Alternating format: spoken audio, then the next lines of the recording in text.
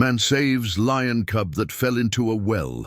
What the lions did was incredible. Give it a like if you believe in nature's miracles. This story will move you to tears. The African sun was beginning to set over the Masai Mara Nature Reserve when James Mitchell first heard that desperate cry that would change his life forever. As an Australian conservation biologist with 15 years of experience working with wildlife, he had arrived in Kenya just 3 months earlier as part of an international lion research project. Although he had worked with dangerous fauna in Australia, this was his first direct experience with African big cats in their natural habitat. James stopped his Land Rover and turned off the engine. The silence of the savanna was interrupted again by that heartbreaking sound that seemed to emerge from the depths of the earth. With his binoculars, he scanned the area until he located the source of the noise, an old abandoned water well, one of those that British colonists had dug decades ago and that now represented death traps for wildlife. He cautiously approached the edge of the well, a circular structure of stone and cement, approximately 3 meters in diameter and 4 meters deep. When he looked over, his heart sank as he saw the small golden figure moving nervously at the bottom. It was a lion cub, couldn't be more than 3 months old, completely alone and clearly terrified. The small feline had managed to stay on a mound of earth and rocks that had accumulated at the bottom of the well over the years, which had probably saved it from drowning during recent rains. Its small golden eyes looked up with a mixture of hope and desperation that James would never forget. "Easy there, little one," James murmured in English, although he knew the cub couldn't understand him. His years working in Australian reserves had taught him that tone of voice was more important than words. The question that tormented him was obvious. Where was the pride? James knew he had to act quickly. Night was approaching, and with it would come hyenas, leopards, and other predators that wouldn't hesitate to take advantage of the cub's vulnerability. Moreover, the little one had probably been without water or food for hours, and its dehydration was evident from the way it moved sluggishly. He ran back to his vehicle and took his radio to contact the base station. "This is James. I have an emergency situation in Sector 6. Lion cub trapped in abandoned well. I need the rescue team immediately," he transmitted urgently in his English with an Australian accent. The response came in seconds from the Kenyan coordinator. "Received, James. The nearest team is 2 hours away. Can you keep the situation stable?" James looked toward the well, where the cub had begun to whimper again, this time with less strength. Time was running out. "I'm going to attempt an immediate rescue. The animal is losing strength rapidly," he responded, making a decision he knew was risky but necessary. From his vehicle he extracted a climbing rope, thick leather gloves, a headlamp and a blanket. He also took a water bottle and some portions of dried meat he had for emergencies. James had performed rescues of kangaroos and wombats in Australia, but never of an animal as dangerous as a lion, even being a cub. He secured one end of the rope to the rear bumper of his Land Rover and tested the resistance by pulling with all his strength. The rope was long enough to reach the bottom of the well with meters to spare. He put on the gloves, adjusted the headlamp, and began his descent. The well was deeper than he had initially estimated. The walls were wet and slippery, covered with moss and small plants that had found life in the cracks of the stone. With each meter he descended, the cub's whimpering became louder and more desperate. When he finally touched the bottom of the well, James found himself face to face with the small lion. The cub had curled up in the farthest corner, trembling not only from fear but also from cold. Its small claws had left marks on the stone walls, silent evidence of its desperate attempts to climb toward freedom. "Hello, little brave one," James whispered, remaining motionless so as not to frighten the animal further. The cub watched him with those golden eyes that seemed too big for its small head. evaluating whether this strange, pale-skinned being represented a threat or salvation. James knew he had to gain the cub's trust before attempting to touch it. Lions, even cubs, can bite with considerable force, and a wrong move could result in injuries for both. Slowly, he sat on the floor of the well and extended his open hand toward the animal, allowing it to smell his scent. The cub, moved by the natural curiosity of young felines, approached cautiously. Its small black nose touched James's hand, exploring this completely unknown human odor. After several minutes of this delicate negotiation, the small lion allowed James to gently touch it behind the ears. "You're very brave," James told it, while examining the cub for injuries. Apart from some minor scratches on its paws, the animal seemed to be in good physical condition, although clearly dehydrated and hungry. The real challenge now was getting it out of the well. James had brought the blanket precisely for this purpose. He carefully wrapped the cub, making sure its paws were well secured to prevent it from getting hurt during the ascent. The small lion protested initially, but fatigue and perhaps a primitive instinct of trust led it to relax in James's arms. With the cub firmly secured against his chest, James began the most difficult ascent of his career. Every movement had to be calculated and smooth so as not to frighten the animal or cause it to struggle. The cub's paws occasionally moved against the blanket, but James maintained a firm but gentle grip. Halfway to the surface, James heard something that made him stop completely. It was the sound of heavy paws moving above the well, accompanied by low roars and growls. His blood froze when he realized what was happening. The pride had returned. From his precarious position halfway up the well, James could clearly hear the voices of several adult lions. Their roars had different tones and intensities, suggesting there were both males and females in the group. The cub in his arms had begun to emit small mews of recognition, instinctively responding to its family's calls. James found himself in an extraordinarily dangerous situation. He was trapped in a well with a lion cub, while a pride of adult lions walked nervously above. If he tried to climb up, he would become a threat to the cub in the parents' eyes. If he stayed below, both he and the cub could die of hunger and thirst. During the next 20 minutes, which felt like hours, James listened to the lions moving around the well. He could hear their paws scraping against the stone of the edge, their heavy breathing, and occasionally he could see their silhouettes blocking the sunset light that filtered down. What happened next defied everything James believed he knew about lion behavior. Instead of showing aggression toward the stranger who had their cub, the lions seemed to be waiting. Their roars had become less frequent and softer, almost as if they were trying to communicate with both the cub and James. The cub's mother, an imposing-sized lioness, peered over the edge of the well. James could clearly see her face, and what he saw in her eyes wasn't rage or threat, but something he could only describe as pleading. It was as if the lioness understood that James was the only hope of saving her cub.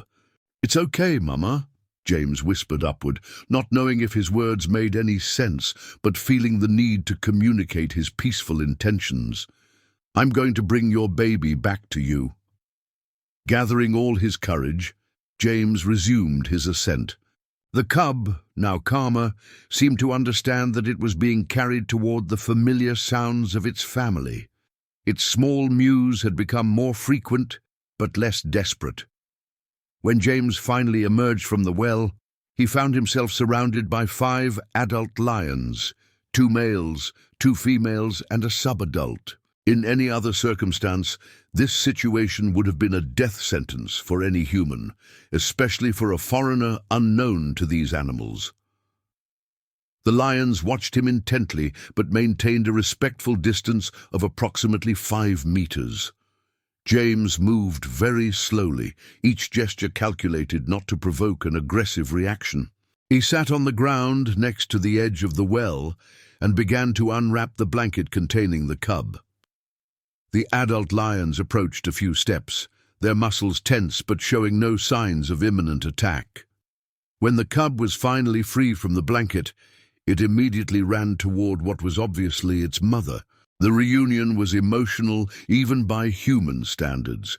The lioness smelled it from top to bottom, carefully licked it clean, and cuddled it against her side, while emitting deep purrs of relief.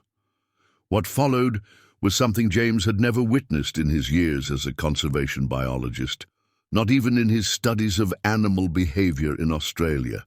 One of the male lions, the largest in the group, slowly approached James. The Australian's heart was beating so hard he was sure all the animals could hear it. The lion stopped less than 2 meters from James and, in a gesture that seemed impossible, lowered its enormous head in what could only be interpreted as a bow. Its golden eyes looked directly into James's for several seconds, a silent exchange of recognition and respect that transcended the barriers between species. Then, something even more extraordinary happened. Each of the adult lions approached James in turns, maintaining that same respectful distance, and performed the same gesture of recognition. It was as if they were formally thanking the man who had saved one of their own. The cub's mother was the last to approach. She carried her cub hanging gently from her mouth, the way lionesses transport their babies. She stopped in front of James and, in a moment, the biologist would later describe as magical, placed the cub on the ground between her and James. The small lion, now clean and clearly comforted by its mother's presence, walked hesitantly toward James. Without showing fear, it rubbed against the man's leg, purring with the same intensity as a domestic cat. It was its way of saying thank you. James remained completely motionless, aware that he was living a unique moment in the history of human-wildlife relationships. Tears ran silently down his cheeks as the cub continued rubbing against him, marking him with its scent as if he were part of the family. After several minutes of this extraordinary exchange, the mother picked up her cub again and began to walk away. The other lions followed her, but not before each one directed a final look toward James. They weren't looks of warning or threat, but of recognition and mutual respect. James remained seated next to the well for almost an hour after the lions disappeared into the savanna. His mind tried to process what he had experienced. In all his years working with wildlife, from koalas in Australia to now lions in Africa, he had seen extraordinary animal behaviors, but never something that seemed so deliberately emotional and grateful. When he finally returned to the research station, James knew his story would sound incredible. But the cub's claw marks on his uniform, the photographs he had managed to take with his phone during the final moments of the encounter, and the testimony of other guards who had heard his radio transmission confirmed every detail of his experience. James's story spread quickly among Kenya's conservation community. Dr. Sarah Mitchell, a primatologist and animal behavior specialist working in the region, traveled specifically to interview James about the incident. What you describe goes against everything we know about territorial behavior of lions, Dr. Mitchell explained during her interview. And adult lions, especially males, are extremely protective of their cubs and territory. The fact that they not only tolerated your presence, but apparently showed gratitude, represents behavior never before scientifically documented. But for James, the scientific explanation was secondary to the emotional experience he had lived. I saw intelligence in their eyes, he explained to anyone who wanted to listen. It wasn't basic animal instinct, it was understanding. They knew exactly what I had done and why I had done it. The following weeks brought unexpected changes to James's life. His story attracted the attention of international media, wildlife documentarians, and conservation organizations from around the world. National Geographic Australia and BBC Wildlife contacted him to make documentaries about his experience. But most important to him was that he could continue his research with a new perspective on the intelligence and emotional capacity of the animals he studied. 3 months after the rescue, James was conducting his routine research patrol in the same sector when he saw something that made him stop his vehicle immediately. About 200 meters away, near an acacia tree, a pride of lions was resting during the hottest hours of the day. He took his binoculars and focused on the group. His heart raced when he recognized the mother lioness by a distinctive scar on her left ear. And there, playing among the adults' paws, was the cub he had rescued, now noticeably larger and stronger. What happened next confirmed that lions have long-term memory and recognition capacity much more developed than scientists had previously documented. The young lion, now approximately 6 months old, raised its head and looked directly toward James's vehicle. For a moment that seemed eternal, the cub and the Australian biologist looked at each other across the distance of the savanna.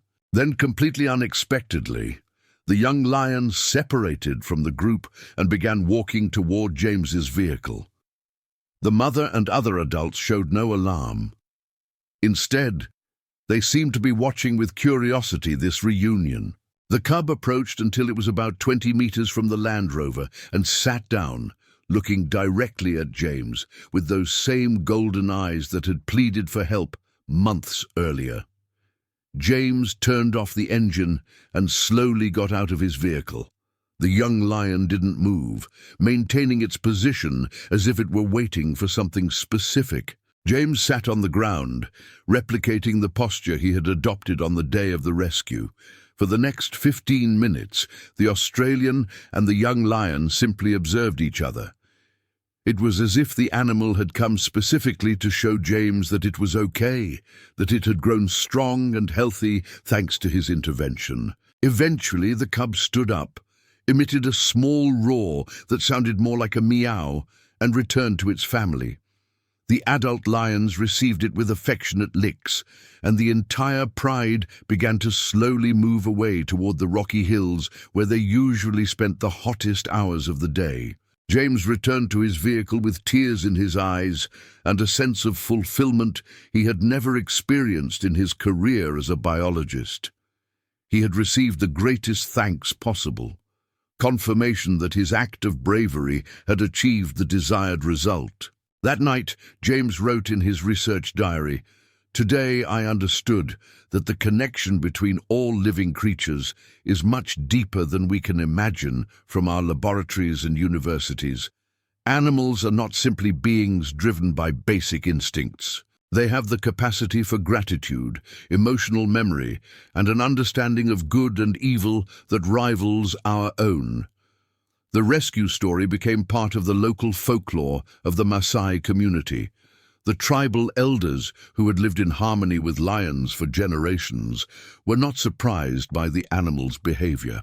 "Lions know people's hearts," explained tribal chief Samuel Sankale. "They can distinguish between those who come to do harm and those who come to help." Dr. Mitchell eventually published a scientific article about the incident, titled "Gratitude Behavior Observed in Panthera leo, a Case Study in Kenya." The article generated debate in the international scientific community, with some experts questioning anthropomorphic interpretations of animal behavior, while others argued it was evidence of previously underestimated emotional intelligence in big cats. For James, the academic debate was irrelevant. He had lived the experience directly and knew in his heart what he had witnessed. The lions had shown gratitude, recognition, and a form of emotional intelligence that transcends barriers between species. 6 months after the second encounter, James received an extension of his research project, allowing him to stay in Kenya for 2 additional years.